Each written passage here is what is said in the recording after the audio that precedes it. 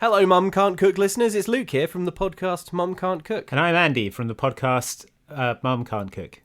That's the British version. It's got a U in it.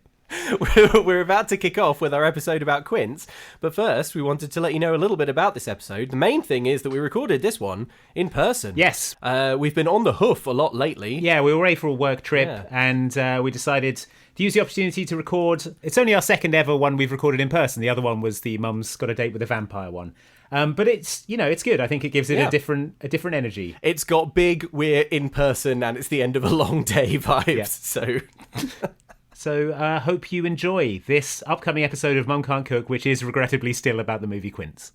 I'm a fish boy who skates for Team X Blades with a leprechaun who plays basketball. Come to my smart house, meet my alien sister. Don't come hungry because I'll bet my mom can't cook.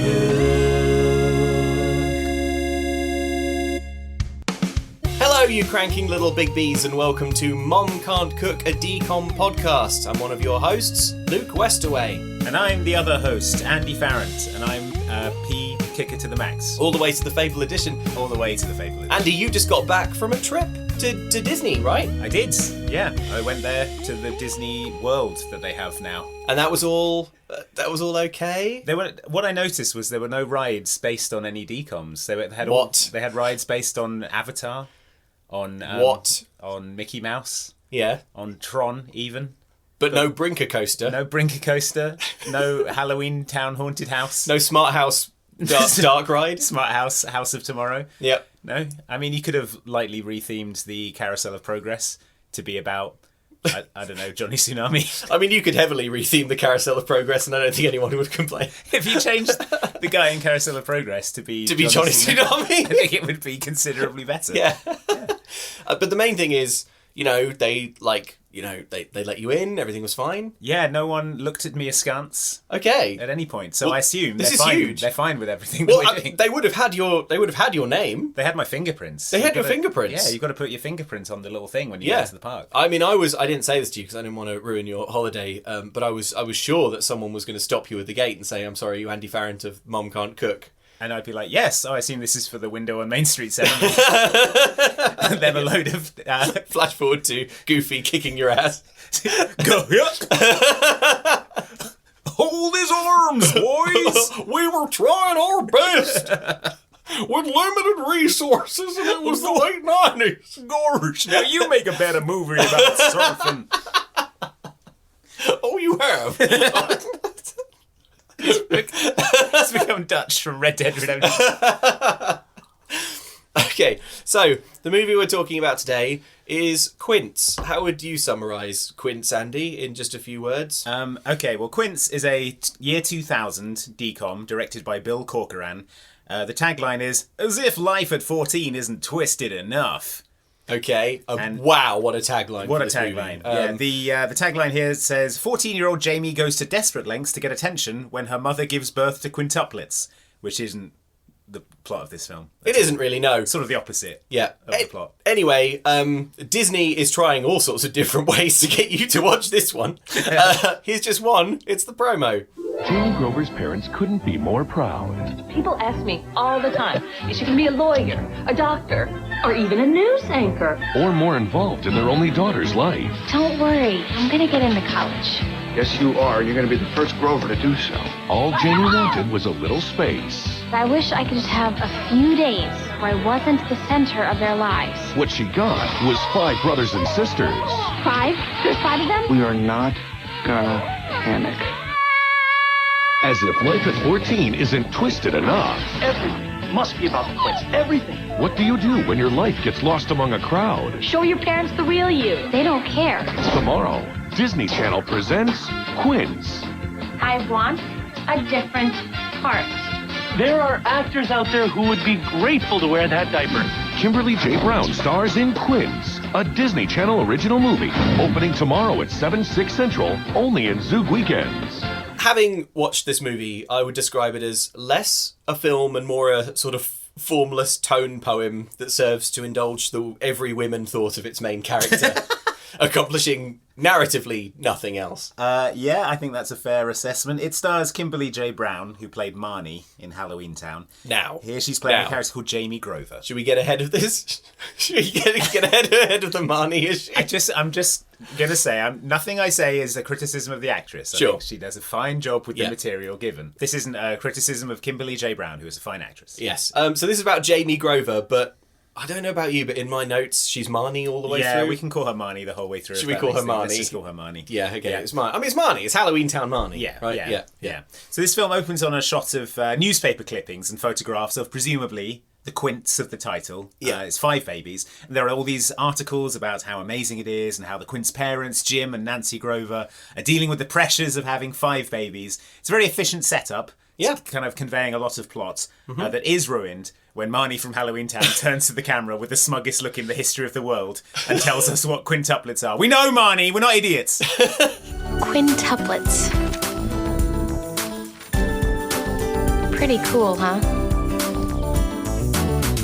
In a word, that's a lot of babies. At first I was like, oh, this is nice. Marnie from Halloween Town is talking about someone else for a change. But wait, she's actually here to complain that the newspaper article about the incredible Quints, which printed a picture of the Grover family, failed to mention her, despite her not being one of the Quints, which is what the story is about. She looks directly down the barrel of the camera then and says, you see, this is my story, she says, of the film called Quints about Quints. Of which she is not one. Yeah.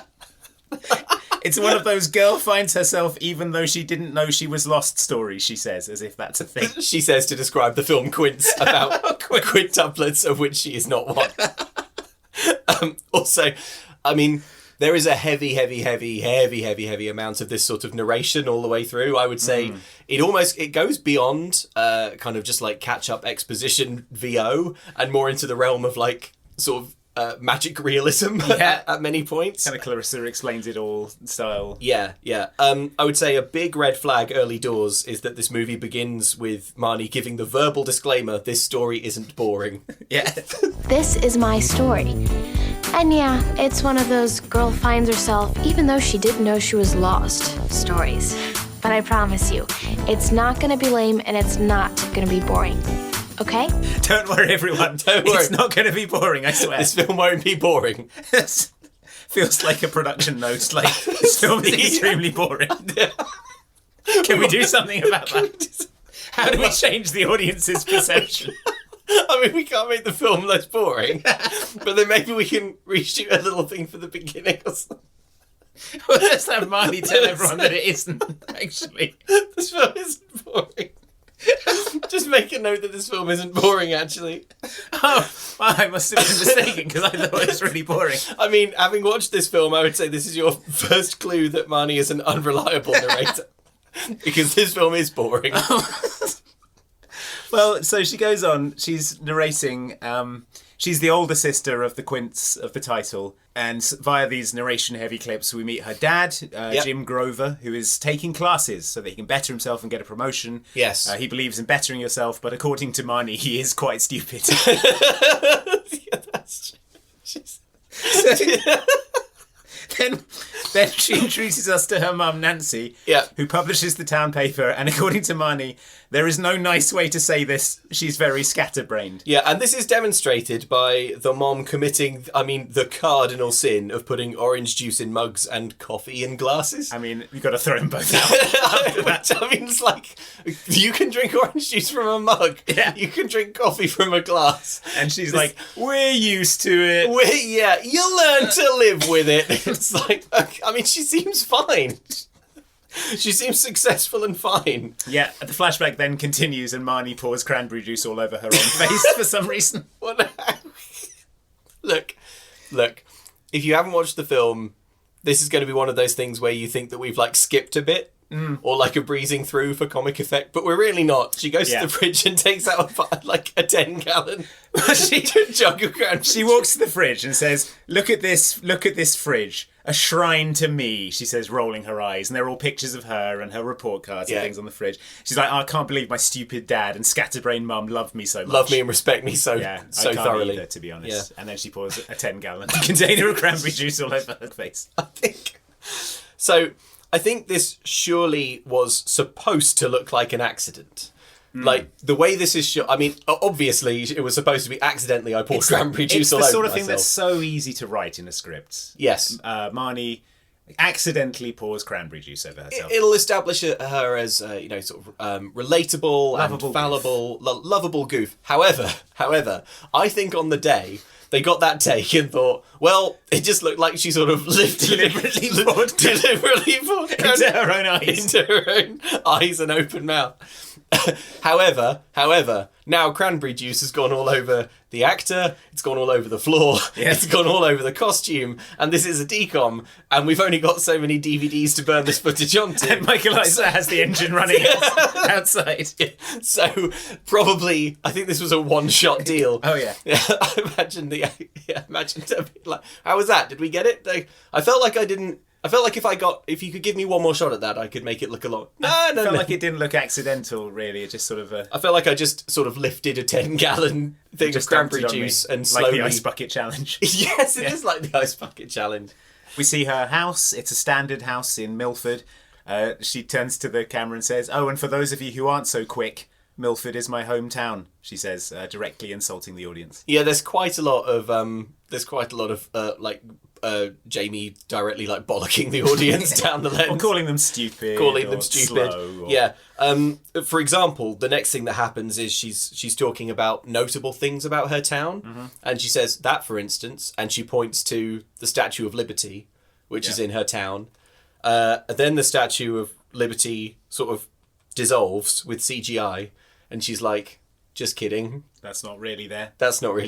Did you believe that, you idiot? Did you fall for it? But the one thing that makes Milford famous is just a block to the east. Okay, so that's not really there. Just making sure you're with me. Next stop. Yep, school.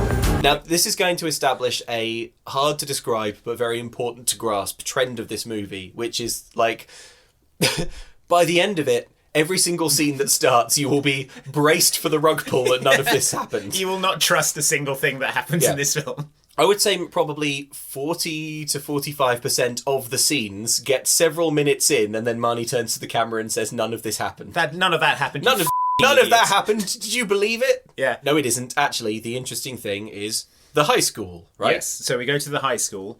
High school is great, she says. Come and meet my best friends, Zoe and Brad. Brad is played by Duffy from Mum's Got a Date with a Vampire. He plays a similarly thankless role here as a sort of supportive friend who just gets the short end of the stick from his terrible buddy. Yes. Oh my god. Yeah. The parallels are really there. She says we'll go and meet those two, and then we get to the school. Yeah. And she's like, "Here's my school. This is what it's like," and sort of dares you to challenge that as a circus clown and a fire-breathing teacher's cartwheel past. Balloons fall from the ceiling.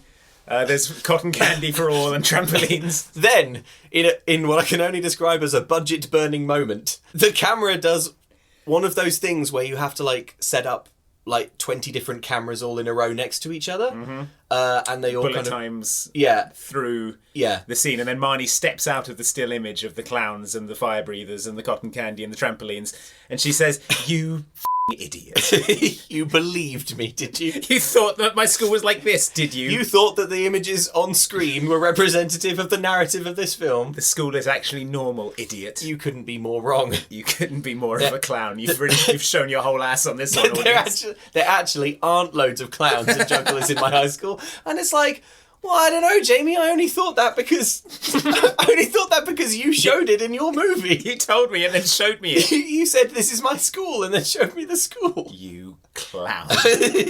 You idiot. Idiot clown. So already Marnie has established herself as a likeable protagonist. This has happened like twice in 2 minutes, and it keeps going at that rate. Like, no, you can't count on any scene in this to be. Yeah. And they're not all like clowns and jugglers. Sometimes there'll be a scene where the dad walks in and says, "Hey, good job with your report card," and they'll talk. And Marnie's like, "You fell for my scheme. You thought Dad said well done on your report card. Get real, you clown." So it's not pleasant to watch. It's a really it's like something that David Lynch would insert deliberately to upset the audience. But we do get to meet her friends here. Yeah. Brad and Zoe. Their character arcs are just non-existent. I think that we can get to this later, but thinly drawn. I think there's a real argument to say that these characters aren't real and that they only sort of exist. Everyone in this film only exists to kind of pander to the character of Jamie. Yeah, basically, and indulge her in every way. Yeah. So they're looking at their report cards. Yeah. Her friends have done well, but it turns out that Marnie is stupid as well as smug. So, we now meet the character of teacher Mr. Blackmer. That's his name, right? It is, yeah, it is. But just this character is... Yeah, he's bizarre. He's preparing a 4-course Italian meal for Zoe, only Zoe, to accompany the Italian master's paintings he'll be showing her at his He's an art teacher, right? Yeah, he's an art teacher, but he is... It's a very confusing opening, because I assumed he was like, I don't know, home ec or something, because he does say, I'm preparing a 4-course dinner. Yeah. Well, he's got Zoe coming to art club that evening, and he's prepared her a 4-course romantic dinner. Make of that what you will. Yeah. Zoe, probably because she doesn't want to eat a 4-course Italian dinner with her teacher, looks at Jamie / Marnie pleadingly and says, "Why don't you come to art club as well?"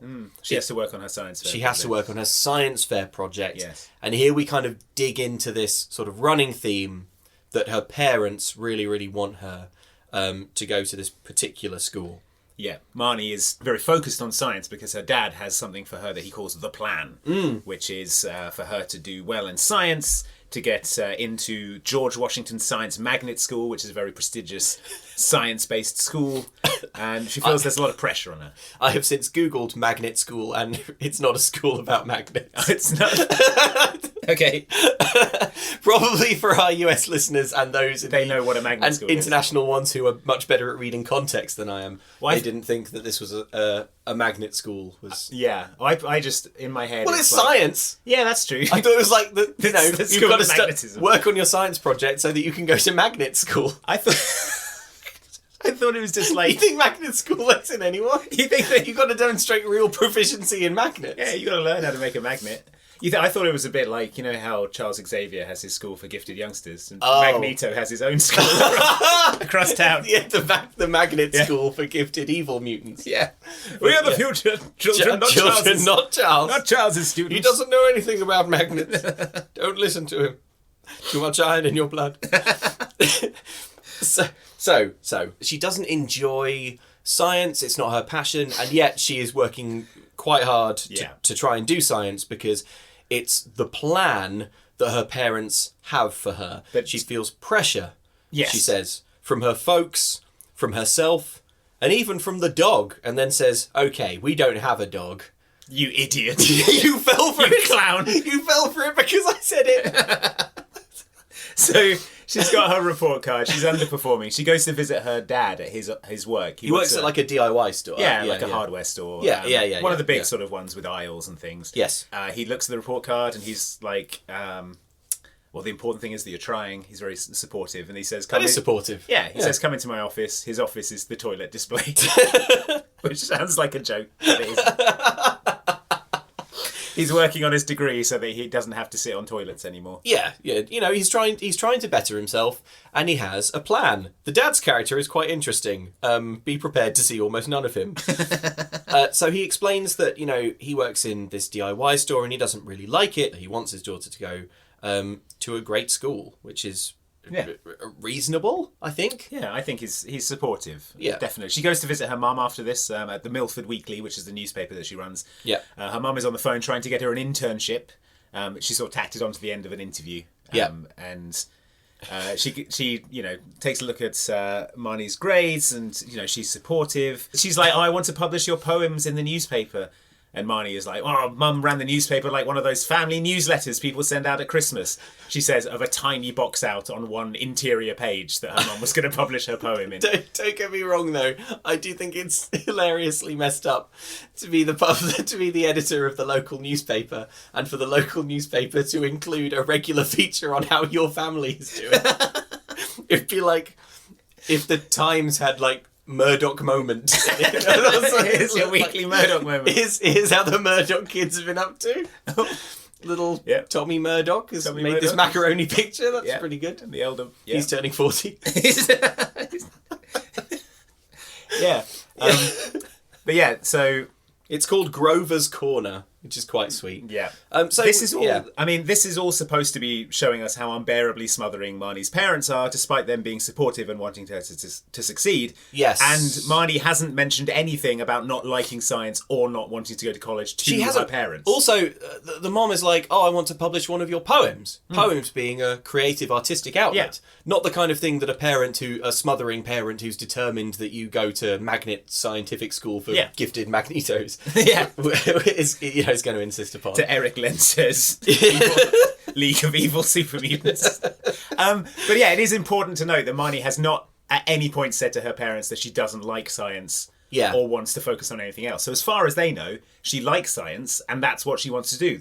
And they're being supportive of that goal. So I think she's giving them too hard a time, considering she's never told them this isn't what she wants. Well, it's a writing problem, and it's a problem. It's a thing that makes the film very hard to watch, and it's shot through the movie like a stick of Brighton rock. This issue that essentially you have this heavy, heavy, heavy narration all the way from Marnie/Jamie, and it's telling you something that is just not matching up with like what you're seeing on screen. She's like, "Oh boy, Mum and Dad aren't going to be pleased with my report card," and then they don't really like, "Hey," and then they don't seem to mind at all. You're trying, and that's what matters to us. Yeah, and she's like, I don't think Dad would think very much of me taking art class, but she never says, I want to take art class, or even she never suggests that she doesn't like science or anything.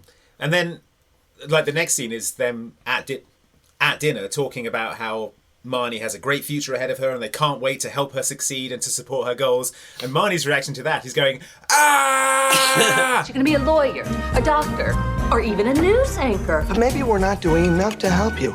We want to give you every opportunity to succeed, honey. College and beyond. Oh, what a great future you have ahead. And we can't wait to watch.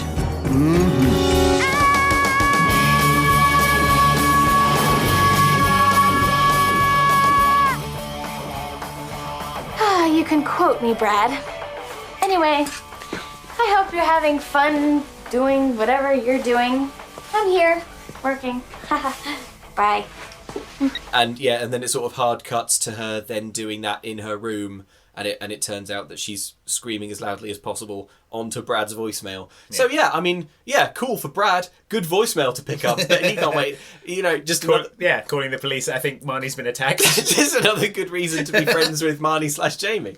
You're gonna just what's this? A voicemail? We press the button. Oh my god, she's being murdered. Okay, so Dad comes into the bedroom.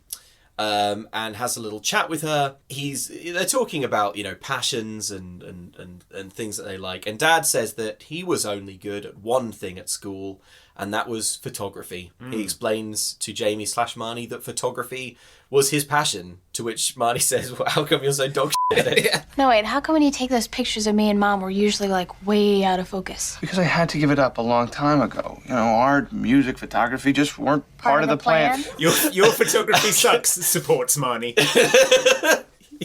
But he had to give up photography because art, music, and photography just weren't part of the plan. Yes. But yeah, he's sure that the upcoming science fair will be the first of many blue ribbons. Yes. So this is the science fair. Marnie has made an onion battery. Yeah. Which doesn't win. Brad wins for creating incredible electromagnetic power, enough to run the town. It's powering the room they're in right now. Hang on, we should say that before this, what happens is it cuts to a scene of her winning the science fair. Of course. And she has a sort of, she's made a sort of marvelous machine, and then she turns it on, and the film abruptly cuts to real footage of a nuclear explosion. Which I think bomb test. I think is the only footage of an atom bomb going off in a DCOM. I think it's a weird vibe. Most likely, yeah. And you're like, wow, it's a bit weird that an atom bomb went off, and then Marnie says, "That was you clown. You thought a nuke went off." Well, it didn't. And here's what really happened. And then it shows you a sort of equally fanciful scene of Brad having invented like some sort of like perpetual motion. Unlimited clean energy. Unlimited clean energy, and like getting the blue ribbon and the first prize. Yeah. But no, apparently this scene is real. Yeah. Brad has one. And yeah, Brad is like, well, Jamie, enough about me. Let's talk about how you're the greatest. Yeah. Jamie's parents come over to congratulate Brad. They leave, and she's like, "Those assholes, am I right?" So, okay, you're probably wondering where the F the Quints are. And so am I. But so, she comes home to find Mum and Dad sort of in the living room holding their head in their hands. They haven't realised she's come in, and they're saying, like, what are we going to tell Jamie? Dad looks like his world has been rocked horribly, which, to be fair, it has. Because it turns out that Mom is pregnant. Yep. And not just pregnant, but as Dad says... Really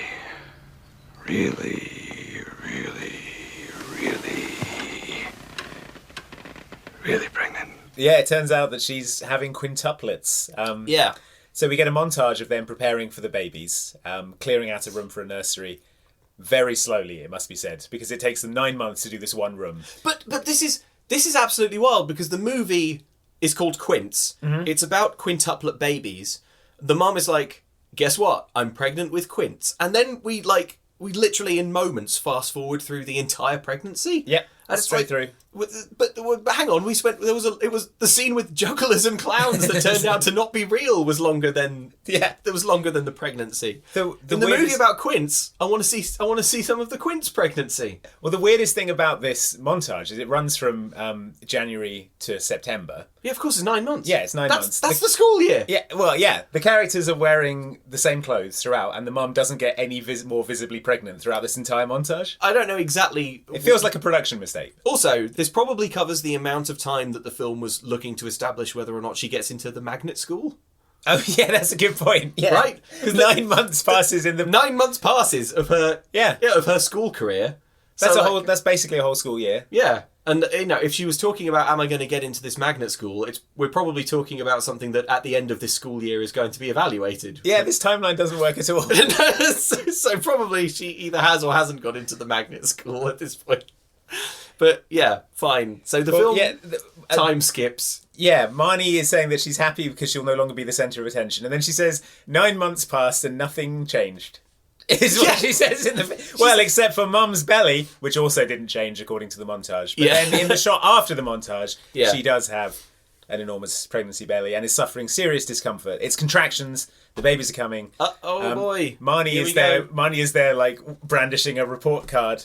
But her selfish mother is more interested in giving birth to the 5 babies inside her. Her selfish mother, who is having contractions and about to go into labour to deliver 5 children, the health consequences of which I think cannot be overstated. And Marnie's there, like, going, hey, I got my report card. And when no one cares, she's just like, grin. I got away with my report card not being very good because my mum's going into an unbelievably serious medical emergency. They have a panicky sort of packing up to go to the hospital. Marnie's sent into the house to check on where Dad is. Dad runs out of another door, starts the car, and he almost drives off without Marnie, who treats this like an unforgivable thing when, again, catastrophic medical emergency. Right.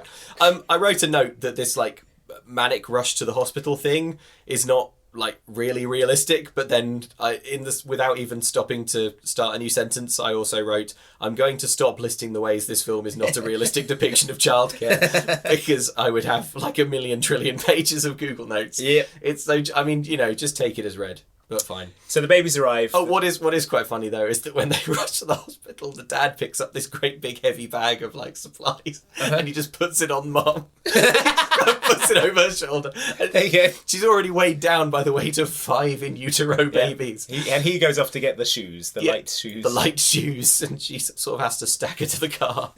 So, through misunderstanding, they nearly drive off without Marnie. And this is your first clue as to the direction that this film is aiming to take you, which is that Marnie wished that she was not the centre of her parents' world, and now she isn't, and actually maybe it's not such a great thing after all. Yeah. So the babies arrive. They're called Adam, Becky, Charlie, Debbie, and Eddie. So alphabetically named. Oh, yeah. A, B, C, D, E. Yeah. Wow, I should have realised that. They're the first ever quintuplets in the States, so they're famous. Yeah. There's a big media scrum outside the house as they arrive home, like gifts and excitement from everyone. Yeah. And then the camera zooms in on Marnie sat in the car looking salty that she's not getting any attention. Wait, so they get home and there's a media scrum and Marnie's like, good, can't wait to get out and get my photo taken. But then Mum and Dad get out with 5 babies, 5 the quintuplet. And it's like, oh, it turns out they're not here outside my house to take a photo of me, some rando. The mediocre student who made the onion battery. So, oh my god, it's the girl who made the onion battery. Oh my god, she's here. She's finally back from wherever she's been. Parker, I want photos of the girl who made the onion battery. Oh no, these miraculous 5 babies are in the way. These photos are ruined. Let me just throw them on the ground.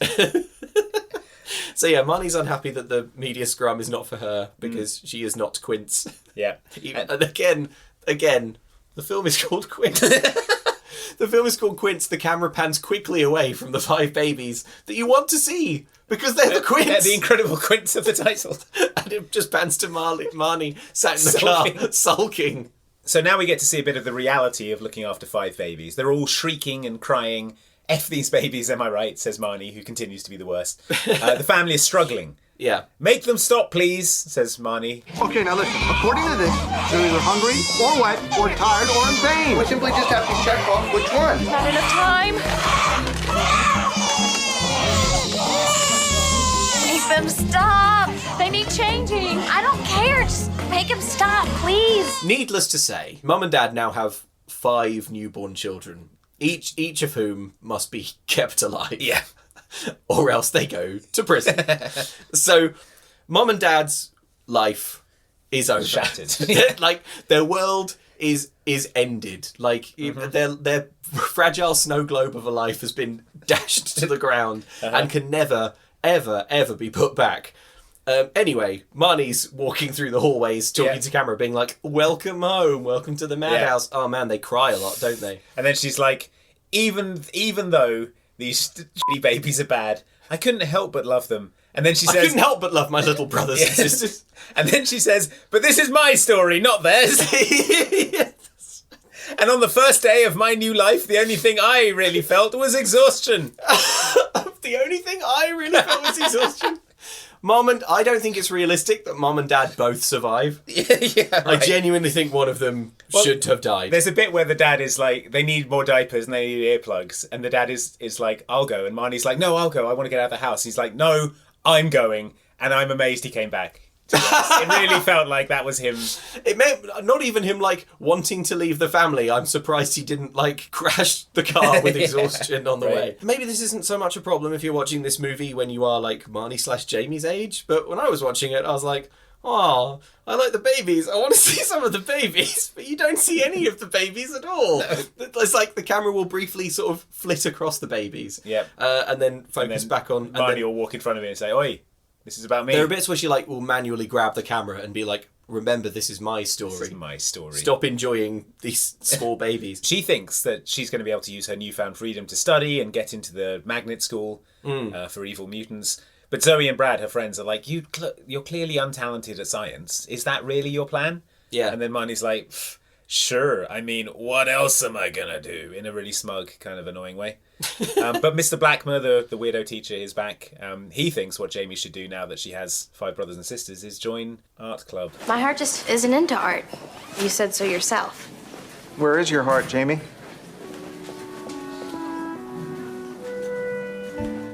Where is your heart, Jamie? And then the thing I've got written down is that he asked this question, and then Brad and Zoe, who presumably have their own internal like struggles and lives going on, just turn so indulgently to Marnie/Jamie and just go like, yeah, Jamie tell us. Marnie, where is your heart? We all want to know. It's like, honestly, everyone in this movie, like especially Zoe and Brad, they just walk around the whole movie just sort of like basically looking at Marnie and going, oh, wow, what do you do now, Marnie? What are you going to do now, Marnie?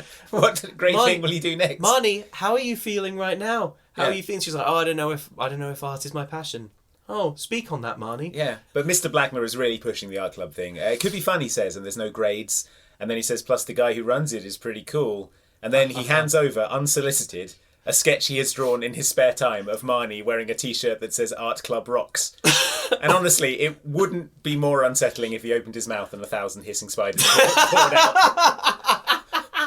Also, it's like it's not a flattering caricature. It's not a flattering caricature. It's like one of those kind of like seaside. Yeah, you get at the fairground. So like, you get the fairground. It's kind of like here you are riding a little go-kart. You are in a dune buggy. Yeah, like kind of big exaggerated features. Like, I'm just caricaturing all the children.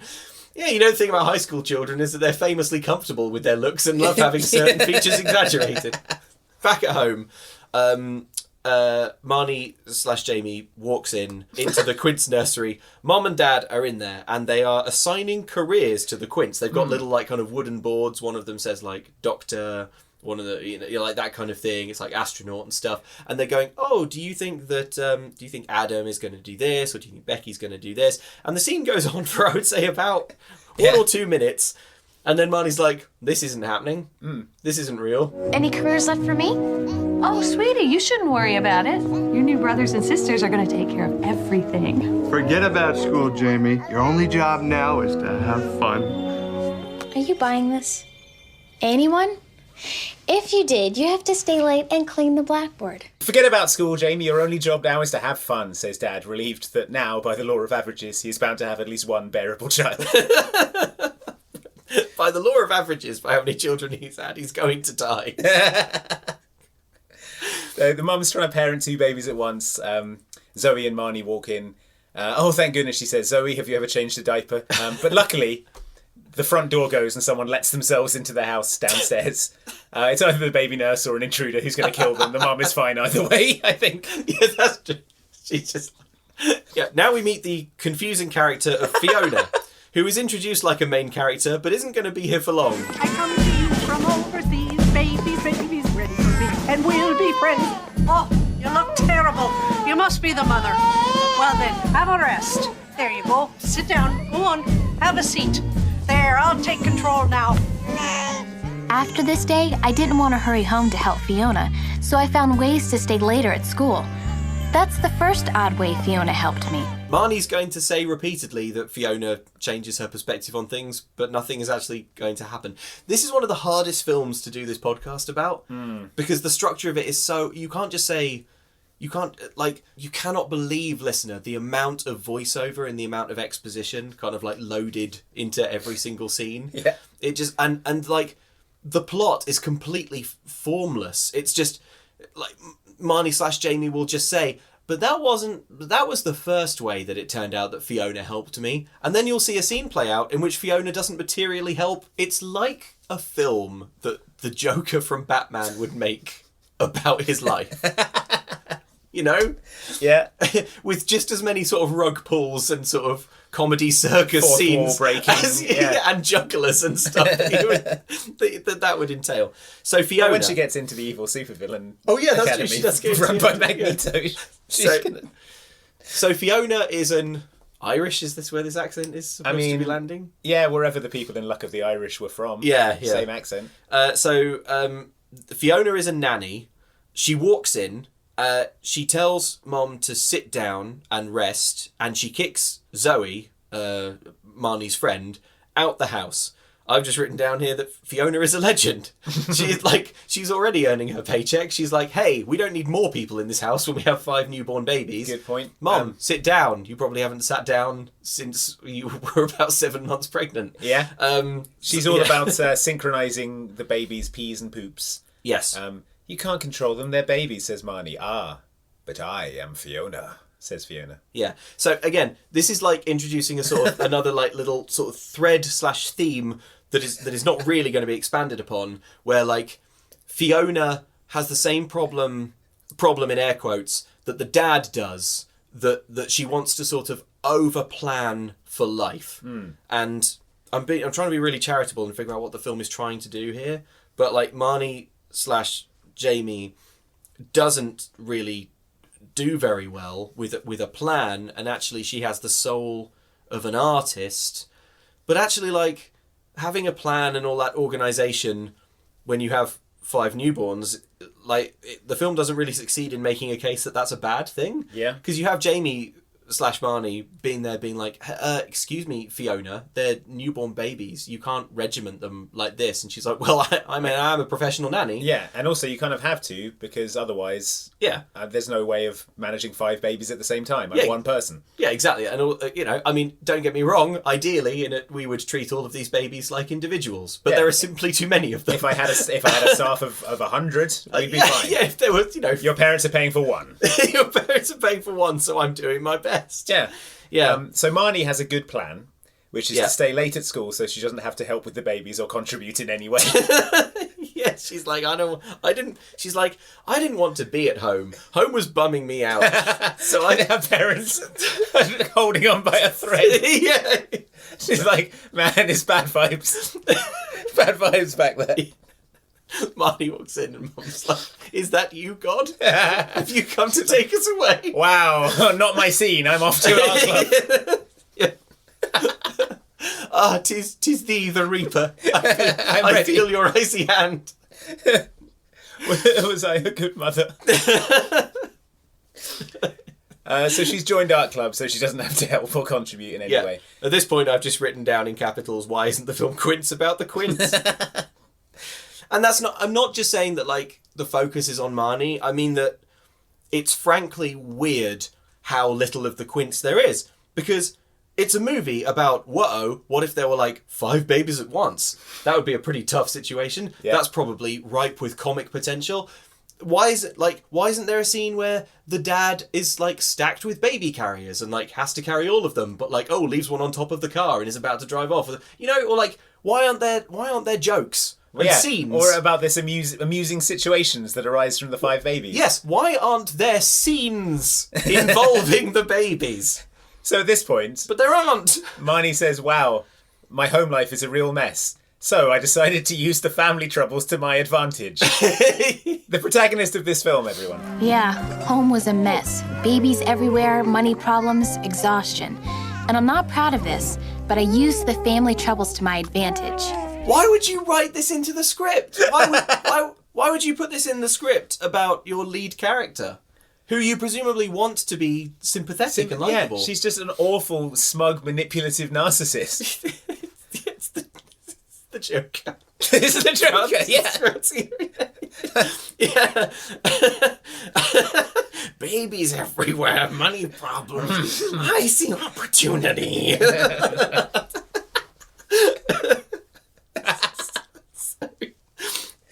So the dad is going over the family accounts, and just paying for diapers alone is going to bankrupt them. They have to pay for Fiona. The dad is working double shift. It's all falling apart. The parents never see each other. Yeah, Dad never sees his kids because he's working all the time. I think this and Marnie's like, sweet opportunity. Yeah, but this is really sad because like dad and mum are talking, and like dad can't stop working because they need every single penny, right? Yeah. He says that he desperately misses the children, who he doesn't see because he has to work so hard. Yeah, to keep them alive. Yeah. Meanwhile, mum misses him as much as anything. And Marnie uses the distraction. And Marnie's like, "Hey, everyone's distracted. Good times." She uses the distraction of her parents' crushing worries to casually inform them that she's in art club, something they would be supportive of regardless because they're supportive of literally everything she does. Yeah. So she says, "I've started art club," and they go, "Okay, good. Okay, fine. Is that you, the Reaper? Have you come to take us away?" I can see my grandmother's face. And she's like, score, they didn't tell me off for being in art club. Yay, they didn't care that I joined art club. Why would they care anyway that they you love joined everything art club? You do. How controversial is joining art club? I was protecting my freedom. Marnie says, Andy, I've got 5 babies and they all need to be dressed well. Do they need to be dressed like characters from Assassin's Creed, Devil May Cry, and Star Trek? Well, they don't need to be, but I suppose it would be optimal if they could be. Yes, please. Luke, let me tell you about Volante Design, because they have official licenses from all those series, as well as plenty of original collections like their Cyberpunk and Modern Ninja line. So imagine if one of the babies was a Cyberpunk. Imagine that. Oh, that would be good. That would be good. Has there ever been a Cyberpunk baby? If I had Quints, I would want them to be the first ones. You'd need... Each baby has to be a different genre, otherwise it'd be boring. Oh yeah, that's true. Well, I'll have a Star Trek baby, an Assassin's Creed baby, a Devil May Cry baby. Yeah. So if you want to fulfill this amazing promise of a Devil May Cry baby and a Cyberpunk baby, then check out Volante Design. Ethically sourced and manufactured, Volante jackets are made for quality and will last you for years to come. Just go to volantedesign.us and use code MOMCAN'TCOOK for 10% off your entire order. That's Mom Can't Cook, all one word, for 10% off your entire order at volantedesign.us. VOLANTE design. It's just occurred to me, Andy, that they probably don't do baby sizes, but here's what I'm thinking. Save money, just buy one outfit, put all 5 babies on top of each other inside it, and then a teetering, tottering stack of Devil May Cry babies. You're like, wow, look at this Corpo Netrunner coming towards me. He looks badass. And then he sort of teeters and falls over and 5 babies tumble out of the coat. That's quite some mod he's running. He's...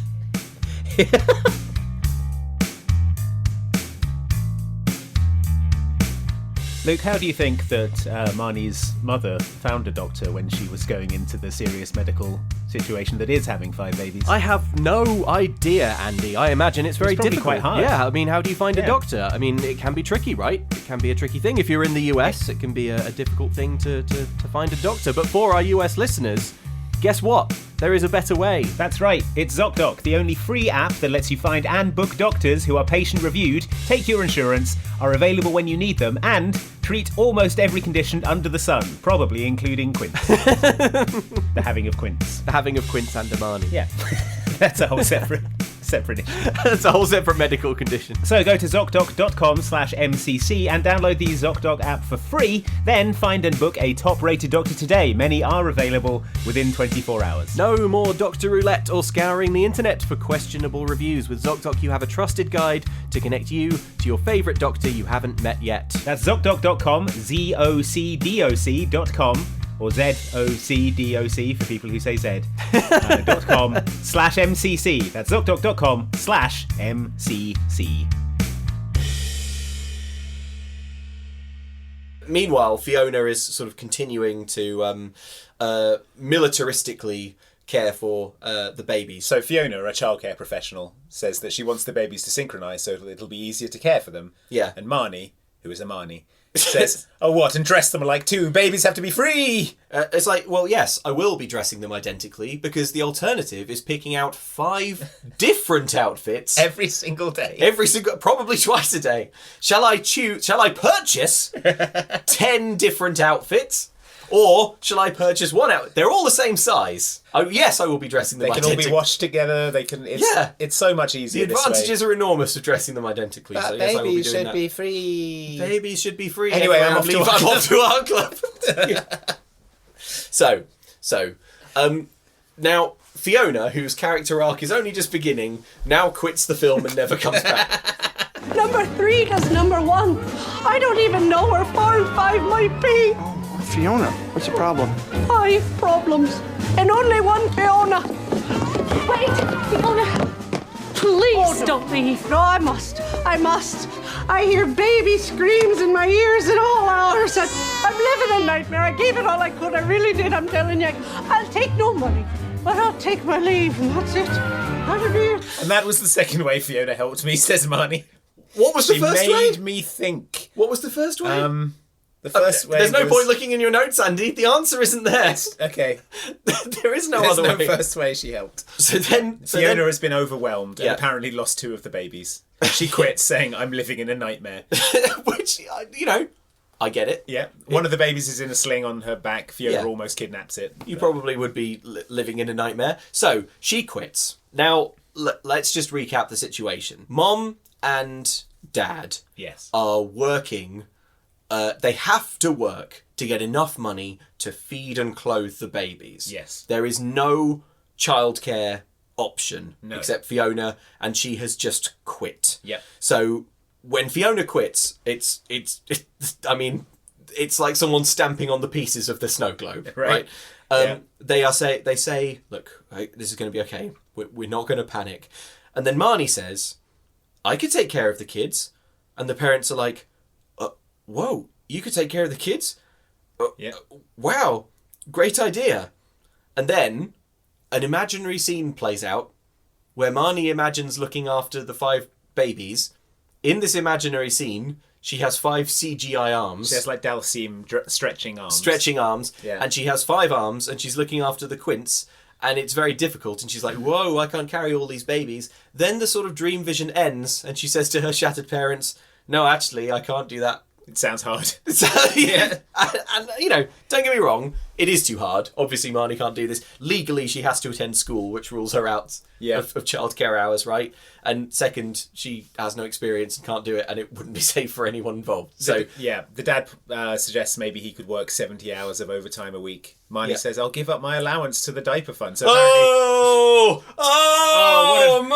Marnie, oh so my God. magnanimous. Wow. Front page of the Milford Times. And what's this? Who's this at the door? It's 5 babysitters who want to split $2 a week between them. Wow. Marnie's... is Marnie giving up a kind of like 30k salary allowance? Yeah. Like what's the scale of Marnie's sacrifice? I think we've noticed the hole in the family budgeting. We're paying Marnie a salary of 30k plus quarterly bonuses. Yeah. Health and dental. And 401k. That's when the doorbell rings, and it's a man from a diaper company, the Cutie Pants Diaper Company. It's a man called Albert Lensley. And he's here to give them money and gifts. Lensley. So, this is where the film goes weird. And I think the main structural problem here is that in the movie Quints, in the first 10 minutes, the Quints are born, and like all of the kind of like inherent chaos of there being 5 babies has already been like weakly mined, and that's done now. So now the film's like, I don't really know what to do with the rest of the plot. Mm-hmm. So here is a man called Albert from Cutie Pants. Albert Lensley. Yeah. The Quints are famous, says Albert, and he wants to use them in commercials. So they sign a contract which pays for the sitters, and their diapers are free because it's from a diaper company. But remember, this is my story, shouts Marnie. This is really weird because like a new character walks into the movie. We actually have a new character in here. The characters are all talking to each other in dialogue like a normal film, and you just get the sense that this is going to play out for another minute or two. But the film just like the scene just ends. It just kind of hard cuts to Marnie outside the house, and in a sort of flagrant case of breaking the show don't tell rule, Marnie just summarises what you would have seen if that scene had kept going. Well, unimportant. You work with what you've got, and you've got Quints. Thanks to Albert, we signed a contract with Cutie Pants Diapers. That, plus Dad's salary, paid for the sitters. But remember, this is my story. And Albert, like Fiona, helped me out in unexpected ways. But remember, this is my story. Yeah. It's like, well, okay, I was at risk of seeing one of the Quints for a moment there, so... Seeing the fun babies of the diaper. Seeing the fun, cute babies, of which there are 5. Albert says to Marnie, now, Marnie, for this diaper ad campaign to work, it needs to be about the babies and not you, the 14-year-old girl. Who doesn't wear diapers. If you're going to feel left out, I need you to tell me now. If you're going to feel left out, that you're not you're not one of the diaper-clad children in this. If you're going to feel left out, that you're not one of the monetized Quints babies who are like in a diaper commercial. And I need you to tell me if you're going to feel left out, and I need you to tell me now so that I can disregard that as being an unimportant feeling you have. Because obviously it would never happen in the first place. It would be like me feeling left out of a baby diaper commercial. It would be like me looking at like the Dulux paint dog and be like, why does the Dulux paint dog get to run around and splash into the paint? Would the effort not work just as well with an adult man? With an adult man running around with the paint? Nude and rolling in the paint. Why don't I get to be the Andrex puppy? Why don't they make a commercial where I run around with toilet roll in my mouth? But I suppose when you're dealing with the character of Jamie, this is the lengths you have to go to. You have to, now I just want to make sure that you're okay with the fact that you're not a baby in a diaper commercial. And she graciously allows this. Yes. Saying it sounds pretty good to her. And it does sound pretty good to her because she's like, oh yeah, this is great. This is just going to be more distraction at home, so more time I get to spend being a kick-ass rebel at art club. Yeah. So at art club, Marnie has done a drawing of her house exploding with diapers. Yeah. She likes art. Zoe is like, wow, Marnie, you're so good at art. Yeah, let's remember that Zoe was the one who was originally in art club and introduced her to art club. And is good at art. But like Zoe immediately no longer cares about her own artistic ambitions because lives only to support Marnie's artistic dreams. Lives only to sort of hover in like a little moon around Marnie, just being like, wow, that's great. You're so great. What's the matter? Are you okay? You seem to be thinking about things. Tell me more. Yeah. And then she doesn't exist. She's actually the characters of Zoe and Brad do not exist. Narcissistic hallucination. Yeah. Well, Mr. Blackmer comes over and he's like, well, the truth is, Marnie, you have talent. And she says, and she replies, of course I'm talented, and yes, I like art. So now what?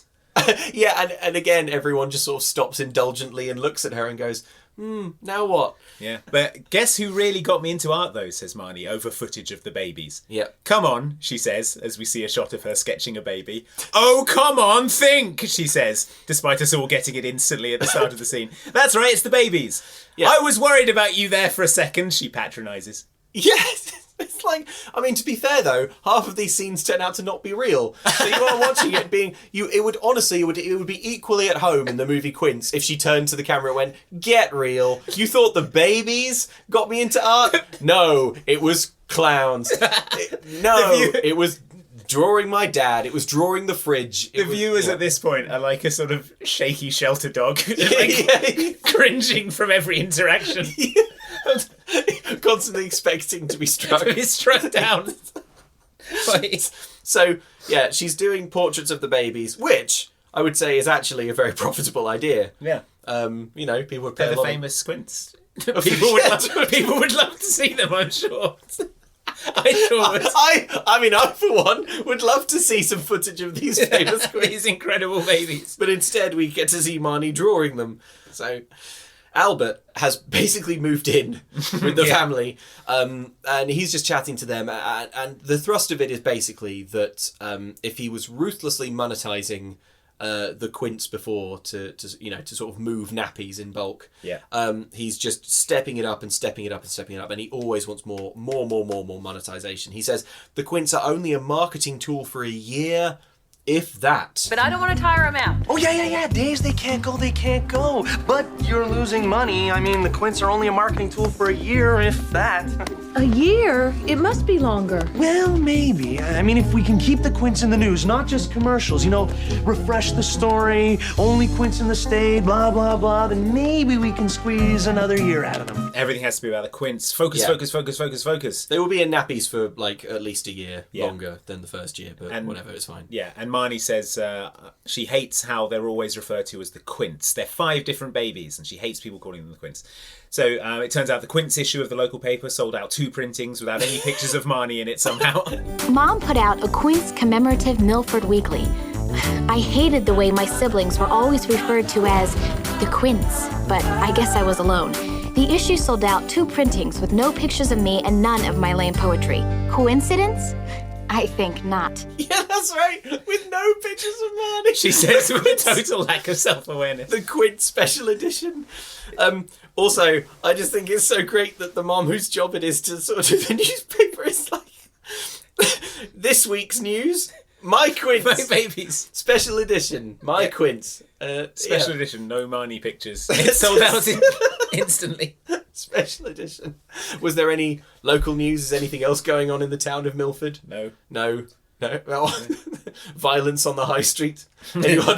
Pub opening hours. Yeah. Are there any kind of local political issues? No. Here's a whole issue given over to the fact that I have 5 children. I would buy that, honestly, because I've not seen any of these Quints so far. I mean, if it was the only way in this movie that I was going to get a glimpse of the babies, I would do it. So, at Art Club, Marnie is whining that she's unhappy with the commodification of the babies, which, makes sense. Babies shouldn't be commodified, although, again, the mum and dad really have their backs against the wall. They genuinely don't have another option, so it's the film doesn't really do a great job of kind of painting this decision to monetize the babies as a bad one, because we saw what happened when they didn't, and they were literally at their breaking point. Do I think the Quints should be monetized? No, of course not. Does the film present any other way that these babies can receive the financial aid and care that they require? It does not. No, it does not. So whatever. Mr. Blackmer suggests that maybe Marnie should talk to her parents about her worries, which is pointless because that won't make any money, which is what they need. Yeah. But whatever. So Marnie says, here's my plan. Mix 5 parts Quints with 2 parts parents and 1 part Jamie. Mix until frothy, she says, referring to the babies as the Quints, something she said she hated literally 1 minute ago. So, the other thing I thought was Mr. Blackman says that she should use her observational skills to show things in a way that the parents will be forced to see your good point of view. Your good point of view, which immediately made me think of Marnie doing a big Banksy, where the babies are like rats or something, and there's dollar signs, and there's a chimp holding a banana like a gun. And it's like, look, Mum and Dad, what do you think? Or pig's blood dyed green splashed all over the house. Yeah, is what I think of your rampant commodification of the Quints. And it says money is bad underneath it. Yeah, it says the money you need to care for the Quints is bad. It turns out that Marnie's back at home now. I cannot believe this scene. This scene is unbelievable. This scene is oh my god. Okay, well let's just. This is not a scene that turns out to not be true. Yeah, this is a real thing. This is a real scene. So Marnie's back home. It turns out that spending all of her time doing portraits of the babies has meant that she's picked up how to care for them, because she sat kind of doing some sketches. Mum and Dad walk in. One of the babies starts crying, and Marnie/Jamie says, "That's Becky." And Dad's like, which maybe she'll stop crying. And Marnie/Jamie is like, no, she won't stop crying because that's her hold me cry, which is, fair enough. So then Dad goes to get Becky and picks up the wrong baby. Yeah, it turns out he doesn't know which baby is which, because it turns out this is a brutal gotcha moment from Marnie, who has switched all the babies to see if the parents can put them all back in the right cribs. And the mum says, that's terrible, which it is. And Marnie says, look at it as a challenge, and then makes the sort of smug emoji face. What is Charlie doing in Becky's bassinet? I put him there. Why? Honestly, I wanted to see if you two could put them back where they belong. Well, that's a terrible thing to say, Jamie. We love the Quints. I know you love them, Mom.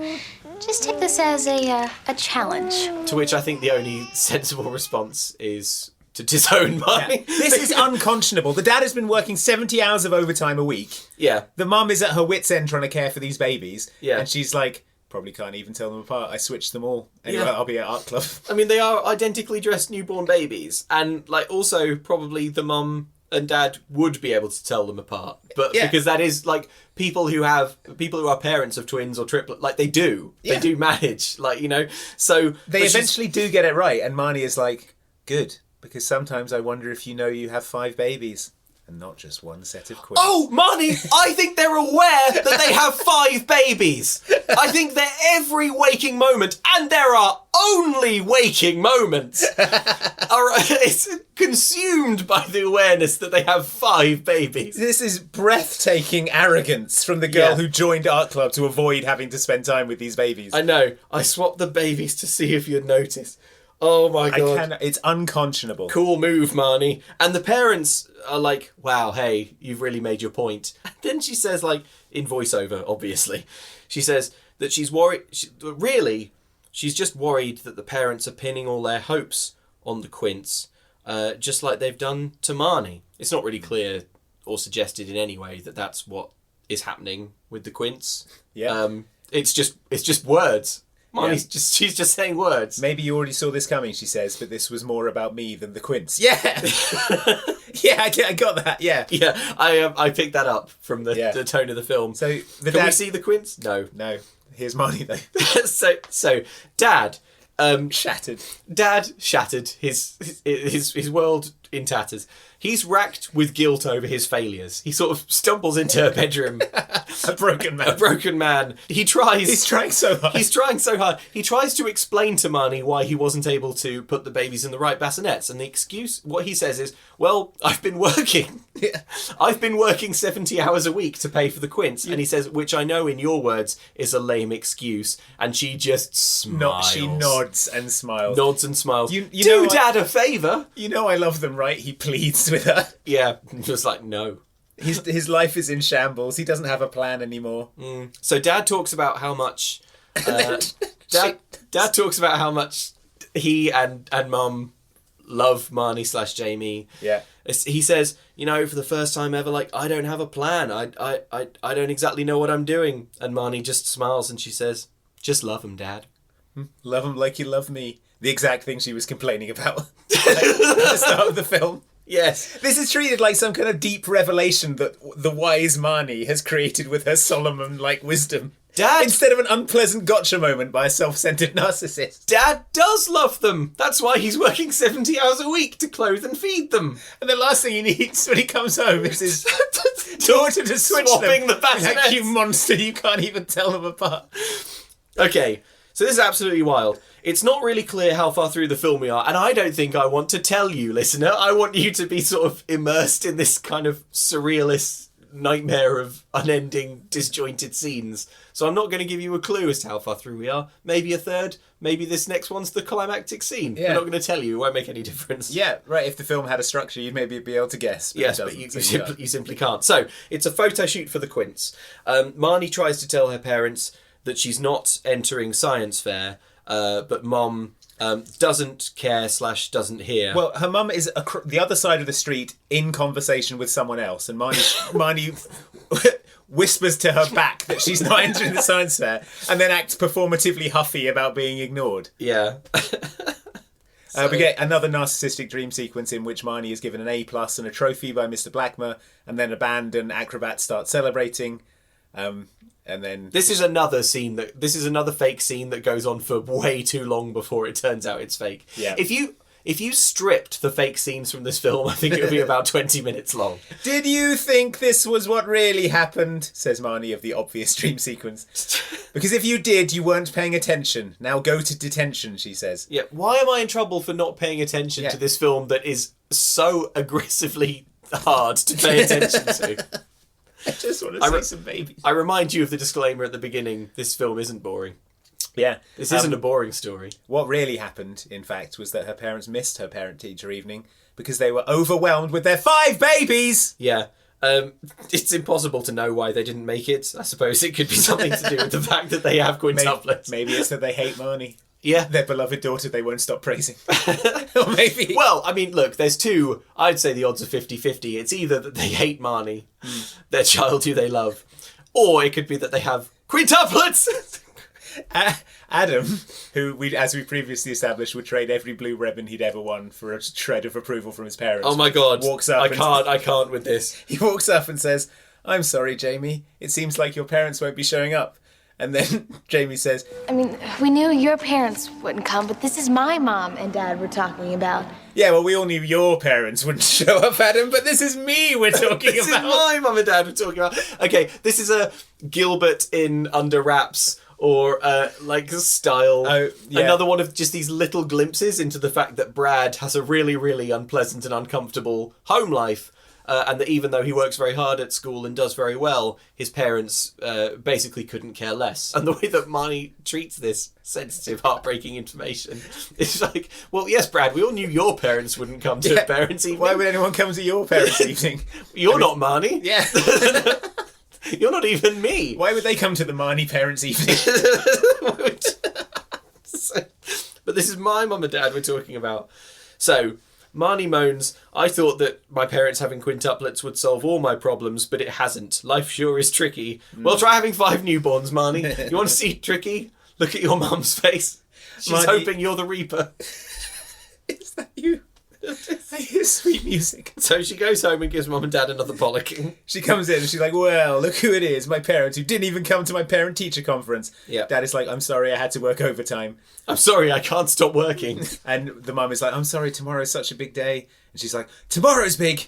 Today was kind of key, even though it wasn't. It's one of the 6 annual parent-teacher conferences, and she's a very mediocre student. So the Quints have their first national commercial tomorrow. Yeah. It's big time, we are informed. The mum says, would it help if I talk to Albert about getting you into the commercial? I know we've been too focused on the Quints, says the mum of the helpless babies who need round-the-clock care. But this way you could be part of this with us. And then Marnie says, well, I guess it would be good for these baby product commercials to feature me, a 14-year-old girl. But Albert will never go for it. And Albert's like, oh, what, you want to be in the commercial? Sure, by all means, but Albert has a trick up his sleeve, because the next day we see that Marnie is dressed up as a big diaper. So she doesn't She refuses to come out of her trailer. She refuses to come out of her trailer because she finds it demeaning. I'm sorry, Marnie, in what capacity did you think you, a 14-year-old girl, would be featuring in this diaper commercial? The diaper commercial starts with Marnie driving a Ferrari along the coast.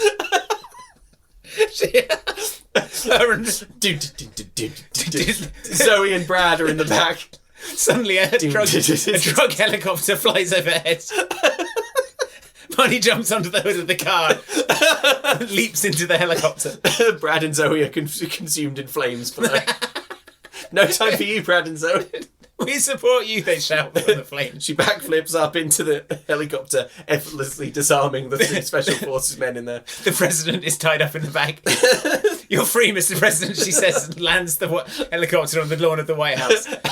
We smash cut to the logo for Cutie Pants Diapers. Cutie Pants Diapers. And then there's a half a second shot of the Quints. And the slogan is, Cutie Pants Diapers. They are in some way associated with Marnie, the greatest. There you go, that's what she was expecting. It turns out they wanted her to dress as a diaper. Yeah. She quits the shoot, which is disruptive.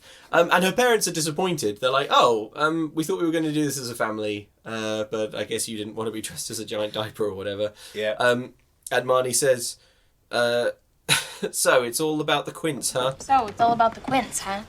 What about me? What about money? What about money?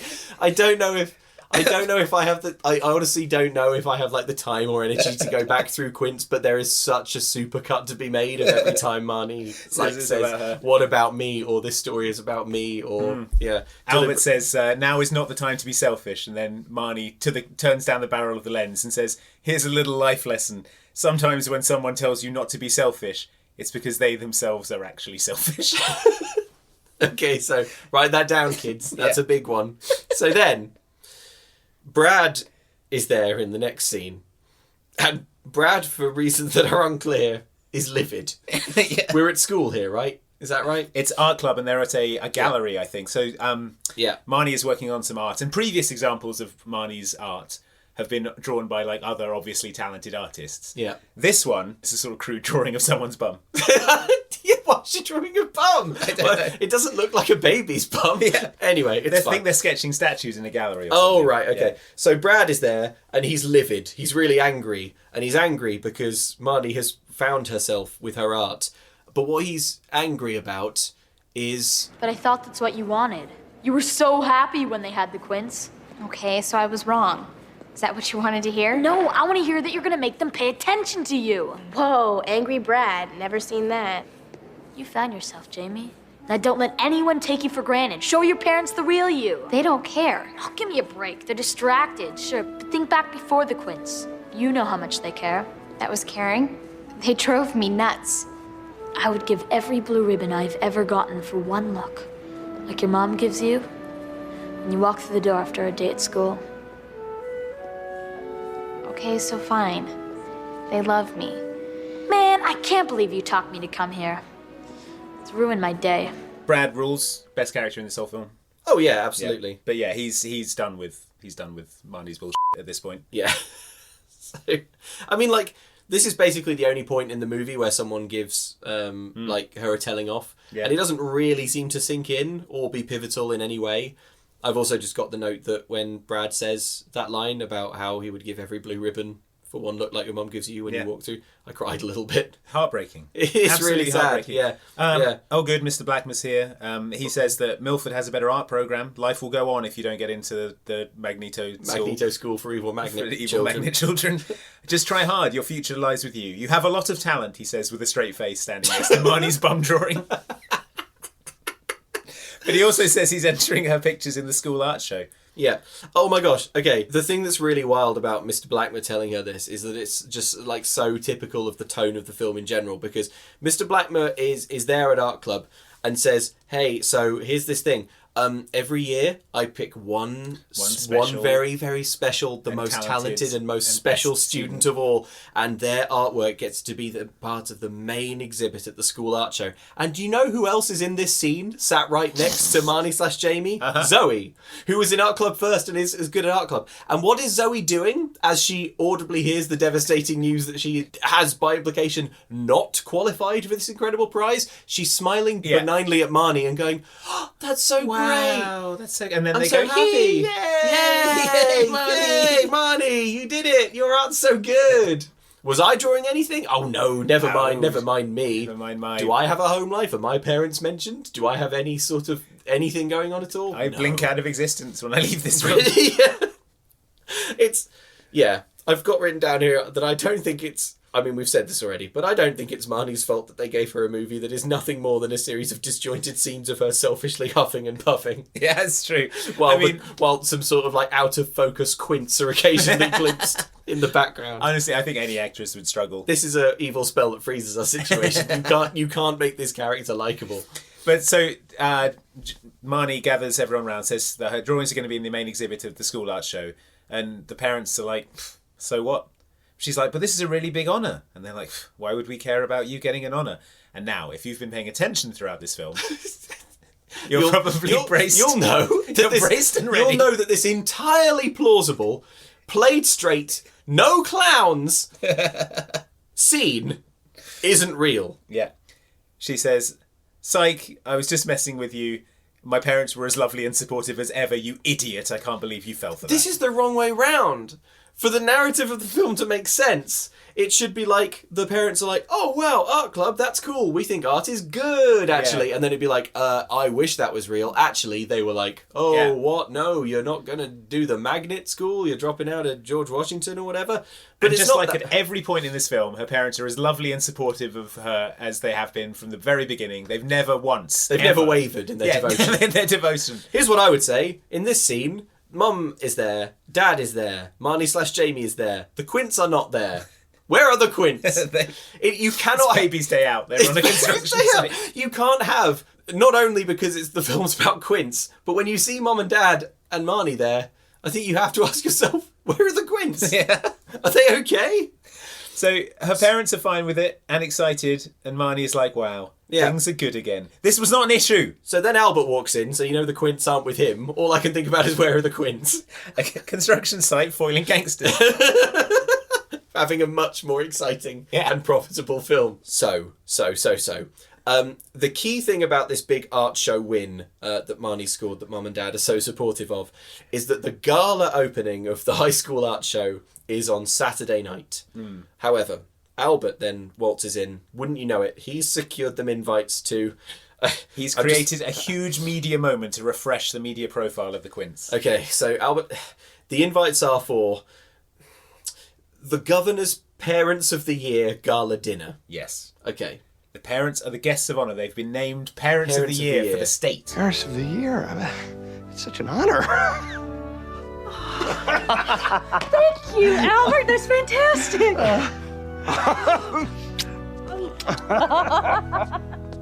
And it's for us, Jim. Not just the Quints. It's nice to be recognised. They're delighted. Her parents seem happy for the first time since the Quints arrived. Yeah, probably since Mum heard the news that she was having Quints. Yeah. It's the just first glimmer of happiness. It's just nice to be recognised, says the mum. It's something just for us, and not just the Quints. It's something for us, the parents. Finally, yeah, a brief moment. For a second, the Reaper's face disappears. Just for a moment, they remember that they also are individuals and not just kind of vectors for clothing and feeding and diapering these 5 screaming newborns. So how would you imagine Marnie reacts to... she looks at the invite, and she sees that the gala dinner is the same night as the high school art show. Yeah, I imagine Marnie would... Well, there are several possibilities. One thing she could do is realise that she loves her parents, and this is... it's not so much that, like, the award is important, but, like, frankly, a night out just them, that's going to be pretty special. That's going to be pretty huge. And also some recognition that... Because it's got to be such a bewildering... frightening time for them to know that they're trying to do their best, and also just to know that, like, some other adults have seen what they're doing and been like, well done. Yeah, you know, it's a you got this acknowledgement of the troubles they've been going through and all the hard work they've put in. The mum and dad have the opportunity to just be seen. Here. That's not what Marnie does. Is it not? No, she bursts into tears. Runs to her school in floods of tears, takes out her portfolio of Quints drawings and starts tearing them to shreds, despite not having flagged this clash to her parents or anyone else. No. She's just started sobbing and is destroying all of her art. It's that Passag thing where, like, someone is like... It's like if someone forgot your birthday and instead of, like... And you were really upset, but instead of mentioning it, you were just like, I'm going to wait for them to realise. Yeah. I'm going to wait for them to realise. They're going to feel so bad. They're not going to feel so bad, Marnie, because they have Quints. Their life is pain. And so she's like, wow, my parents are going to meet the governor. Wow, they're parents of the year. Wow, there's a big dinner in their honour. And guess which one they're going to? Just guess. My parents are going to go meet the governor. That would really bother me too. No! They're parents of the year. Right, and this makes you mad? There's this big dinner in their honor. And it's the same night as the art show. And guess which one they're going to? Just guess. Did you tell your parents it was the same night? I mean... Because if they did, if you reminded them of the clash, they might be like, oh no... I suppose we can't go to the gala dinner because we did promise. Or maybe, you know, we could get a driver for the evening. The governor, I'm sure, would provide one, and we could attend both events. Well, yeah, I mean, it's the gala. It's the art show of a high school. It probably starts at 3:30 p.m. and finishes at 4. But Marnie's like knee deep in destroyed art. Like, no, it's not all about me. Guess which one they're going to. She goes on a self-pitying rant about how no matter what she does, it's never going to be enough, despite that not being the case at all throughout this entire movie. I finally do something that should make them proud of me. They have been proud of her non-stop. Yeah. But it's not enough. It's not enough. Everything she's done in this film up to this point. They've said several times, just trying is enough. We love you, whatever you do. The expectation she has of her parents that they're going to notice this clash is just such a wild miscalculation of where their heads are at. It's like it's like expecting a man who you've just found recovered trembling from exposure on the slopes of Everest to, like, remember his schedule. You know, he's dead inside and outside. He's experiencing total death. Mom and dad, like, they have 5 newborns. They probably think that this gala is a beautiful dream. I must have died. Yeah, just another. Yeah. But yeah, I know I can't be asleep because that's not something I do anymore. So Marnie dramatically withdraws from the art show. Mr. Blackmore is there for some reason because he's just always around, following the children around, and he's like, "No, please, still do the show. Please, I can't put Zoe's garbage on. I can't do my art show without your drawings of Quints of babies and that bum drawing you did at the gallery. No one's gonna come. No one's going to come without your great art." So Marnie leaves in a huff. She's not having it. We see her at home being rude and short with her parents. Her friends are trying to do jokes and she tells them to shut up. Yeah. She's just being unbearable. Yeah. They're in class and some sort of official comes to the door and calls Mr. Blackmore over, and I'm like, finally. Finally, some comeuppance. But no, this is the same school, isn't it? As like Up and Away and all the other thing. Yeah, they're all set in the unbelievably unsafe and unsecure high school of DCOMs. But no, it turns out that this official had news. and it's bad news about the Quints. Yeah. So it turns out that Mr. Blackmer drives a windowless van, and he drives Marnie to the hospital because, oh no, one of the Quints has a fairly serious fever. It's Adam, isn't it? Yeah, it's Adam. Adam has a high temperature, the little baby, but is going to be fine. Yeah, the way this scene plays out is Mom and Dad are in a corridor and they are watching through glass as little Adam lying there is examined with a stethoscope. Well, every shot of little Adam in this, he's sort of smiling and kicking his legs playfully, and everyone's like, "Christ, we almost lost him." I know, we can't. I kind of feel like I can't hold it against the movie for not showing a sicker baby. For not showing a sicker baby, but on the other hand, yeah, this does look like an extremely cheerful baby. Yeah. So anyway, so Marnie's looking at this scene, and she's looking at little Adam, her little brother. They've had a serious scare. This can be serious when a baby that young has a fever, and she says, "I'm scared," and the dad says, "No, Marnie, you don't have to be scared now." And Marnie says, No. I'm scared. Honey, you don't have to be scared now. No, not just for him. I'm scared that things are ruined between us. Yeah. Not f***ing now, Marnie! Their infant son is in hospital! Once again, making this about herself. She physically stands between the parents and the view of their hospitalised newborn. She stands in front of them and says, like, "What about our relationship?" Yeah, I'm my own person too, you know. So the parents are like, "Marnie, this has really taught us that actually you are a brilliant genius." She tells her parents she wants to make her own plan. Yeah. With art, I finally found something that makes me happy. This is just presumably white noise to the parents who can look at nothing other than their stricken newborn, receiving the medical attention it so desperately. The crash team bursts into the... Oh, she says, "Art makes me happy. I'm working hard at it. Can't that be enough?" They said it was fine. They said it was fine, and it's fine. It's fine, and it always has been fine. Marnie says, "I'm my own person too, you know." It's never been in question. In the background, Adam wriggles around. Adam crawls out of the window onto a passing length of girder being suspended from a crane. Marnie, no one. Marnie, shut up. Marnie. This isn't an issue. There was never. Again, it's not Marnie's fault. It's the film's fault because there wasn't a problem.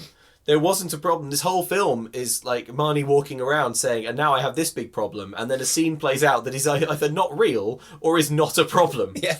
This film is nightmarish. Dad says, "Look, Marnie, the only point of the plan is for you to be happy." And then Marnie, like this is some huge wise revelation, says, "I found myself." I found me. Who made you so smart? Dad's like, "What? You don't want to go to college?" And she's like, No, I probably do. Probably will. I probably will, but like art college. And the parents are like, "Yes, Marnie, unsurprisingly, I have no strong feelings about this, especially not while Adam's in hospital." Yeah. So, sorry, Marnie, your issue is that you may or may not go to college. You haven't decided yet. This is another one of those scenes, by the way, where like there's one Quint. Yeah. Where are the rest of the Quints? And also in this scene, Albert appears, so the Quints are not with him. Yeah. Where are the Quints? Having a wacky I don't know. They're doing a Dunstan checks in or something. I don't know. They're Honey, I Blew Up the Babying somewhere. Yeah, they've been exploded to massive size and they're walking around downtown. They're having one of the many, many more fun films you could be watching starring babies. Yeah. But yeah, in walks Albert, who he's not happy that one of the Quints is sick. Because they've got gigs, he can't be out for... They said, well, he'll be out for 2 weeks. He suggests using a lookalike baby just for the week. Marnie says, maybe I can substitute. I don't think this is a joke. The dad is like, suggest a substitute baby, will you? You're fired. You're fired, Albert. You've overstepped. So, Mom and Dad, they do... again, the film sort of portrays it like it's the right thing. And all things being equal... Sure, it is the right thing to like fire the man who is ruthlessly monetizing your sweet babies. Yeah. But on the other hand, the film has not set up any alternative income stream for how you are going to like fund the clothing and feeding. Presumably, the real answer to where the children is they're being cared for by a team of childcare professionals who are keeping them alive, being funded by the Cutie Pants Diaper Company, which is now no longer an option. Yes. So that is gone with Albert. Mm-hmm. So Albert leaves. Also now leaves the family with nowhere to pay or care for 5. Yeah, I mean, this medical bill that Adam's racking up there in the intensive Oh my god, care. I didn't even think of that. Yeah, right. Never mind.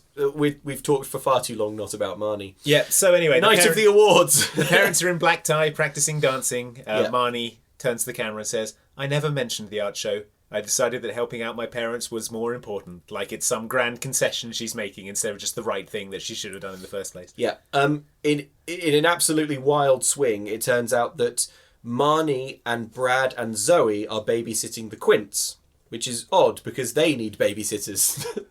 They are not grown. Yeah, they're young. But they're really young. They've lost the cutie pants diaper childcare team. So yeah, that's true. So yeah, it's all hands on deck. So it's like Brad and Zoe get in here. Did you have evening plans?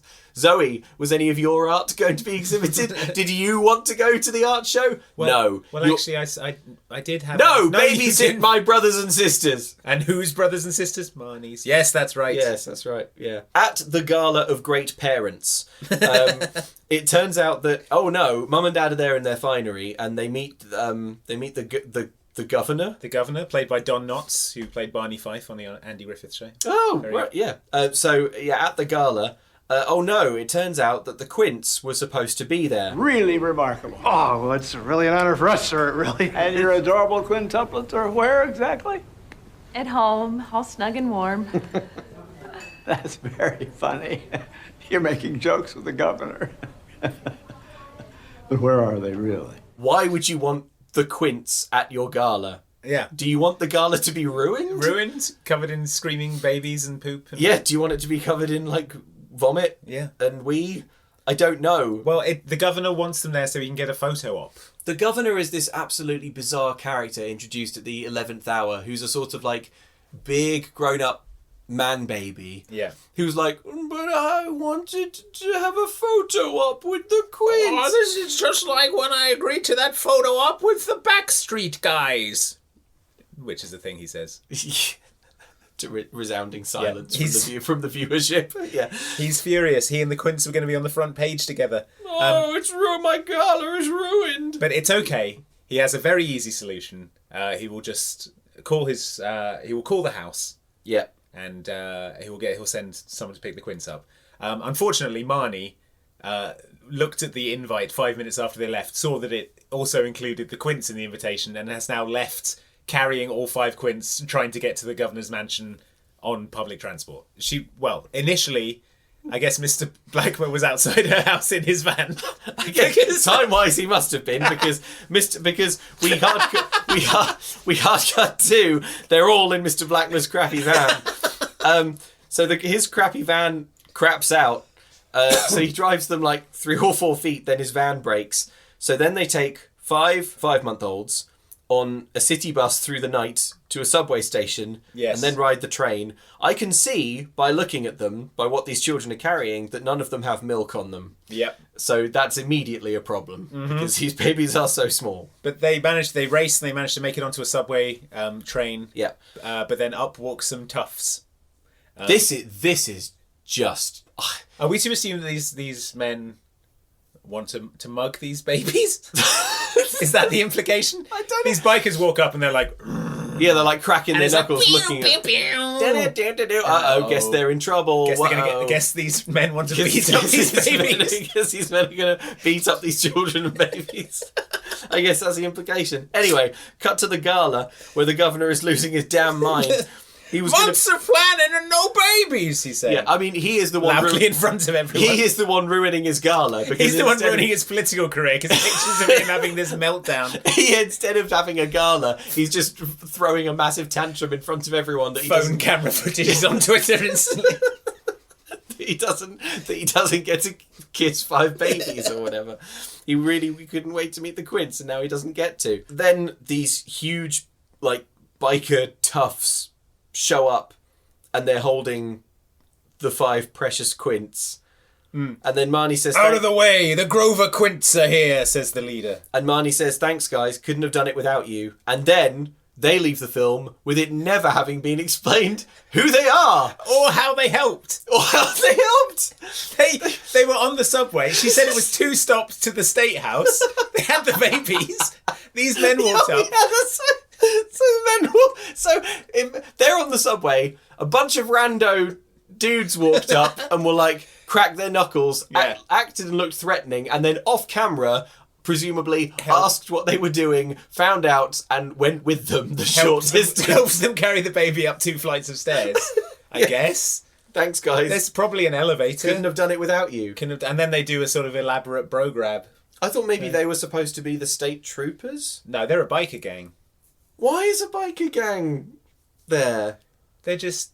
I mean, maybe there was a scene where they got attacked by baby thieves and the bikers fought them off or something.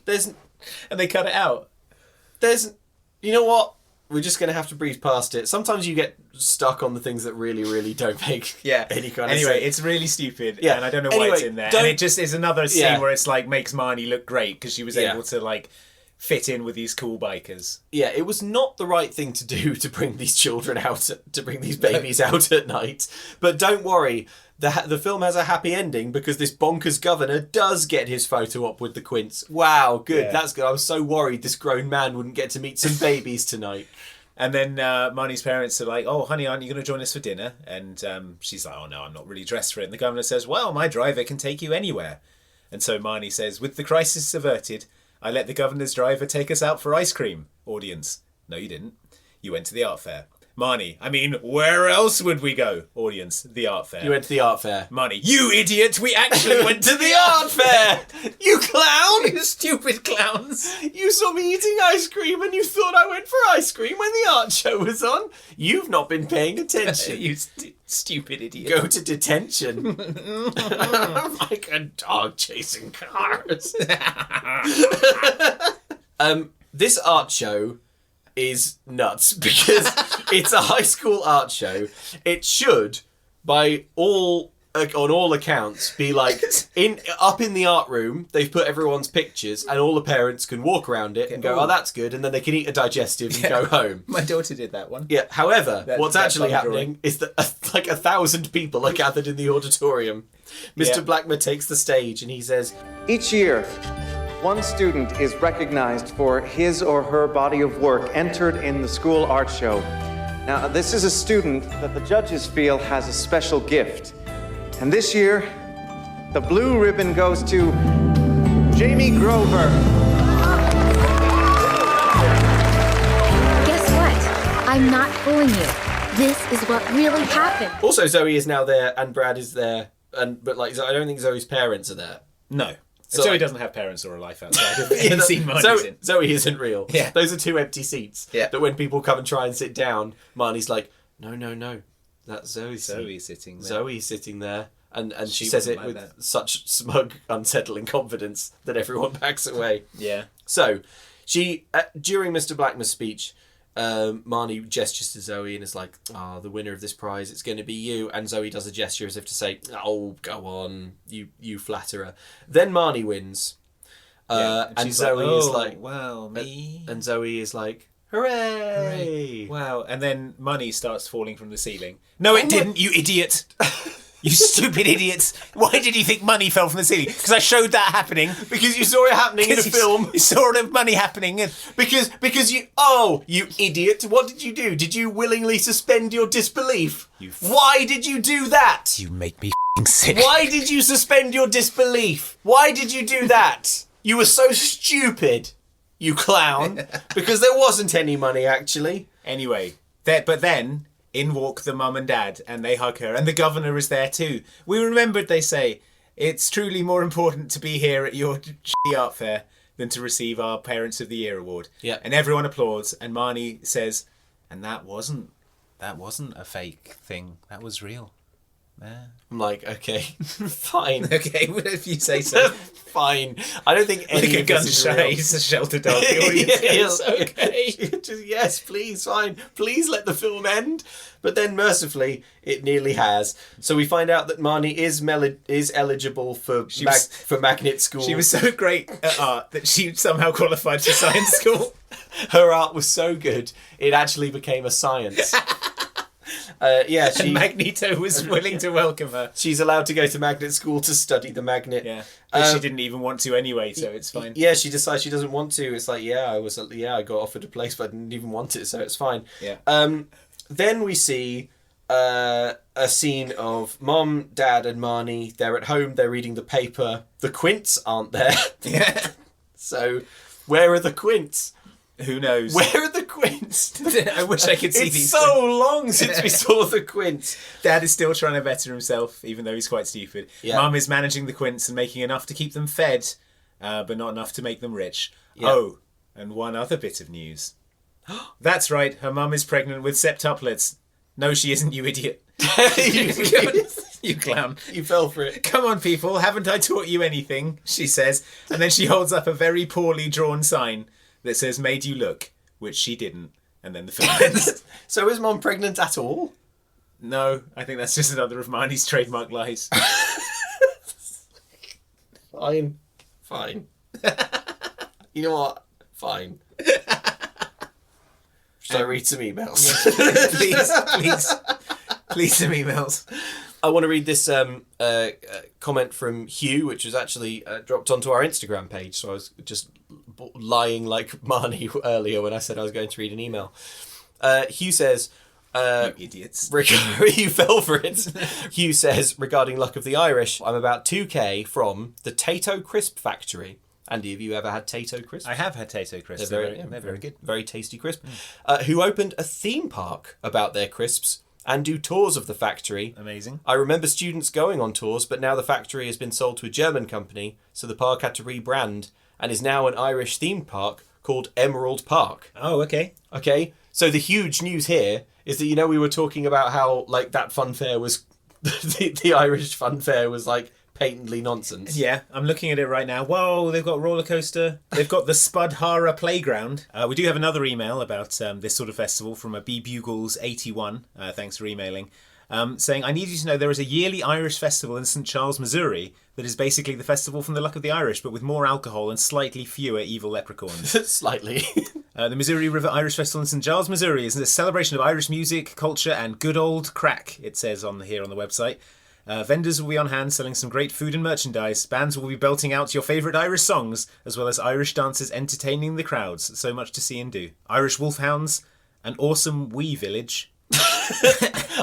An awesome wee village. Oh, an awesome wee village, yes. An awesome wee village. Okay. I was confused for a second. And and adult drinks, including beer, wine, craft cocktails, and more, which presumably leads to the wee village later on. Awesome in the sort of galactic sense.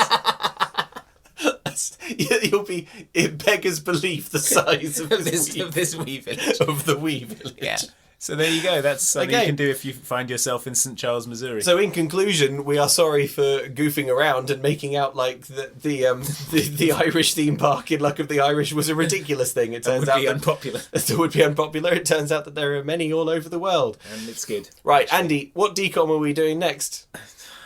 Oh. Come on, Andy, do the right thing. Make my dreams come true. We're doing a Ring of Endless Light. Yay! I'm going to regret this because Luke insists. I don't know why I fixated on this one. I don't know why it's become important to me. It's your white dolphin. It's my... Yeah. It's from the year 2002. It also features Ryan Merriman from Smart House and The Luck of the Irish. Luck of the Irish. And Misha Barton from the OC, weirdly. Wow. But yes, in hopes of briefly forgetting her troubles, Vicky Austin assists a handsome researcher who works with sea mammals and discovers that she can communicate with dolphins. Hooray! Psychic dolphin teen drama. It's going to be so earnest. This one's real earnest, folks. Buckle up. Ring of Endless Light, in which Misha Barton learns that she can communicate with dolphins and then kills a killer whale with her bare hands. No, she doesn't, you idiot. I can't believe you believed me. Why would you believe me, you stupid clown? I hate you. Anyway, we're going to keep podcasting for another 24 hours. You idiot. You haven't been paying attention. Yeah, why don't you F off, idiots? Thanks for listening. We'll see you next time. Or we won't. You clowns. You clowns.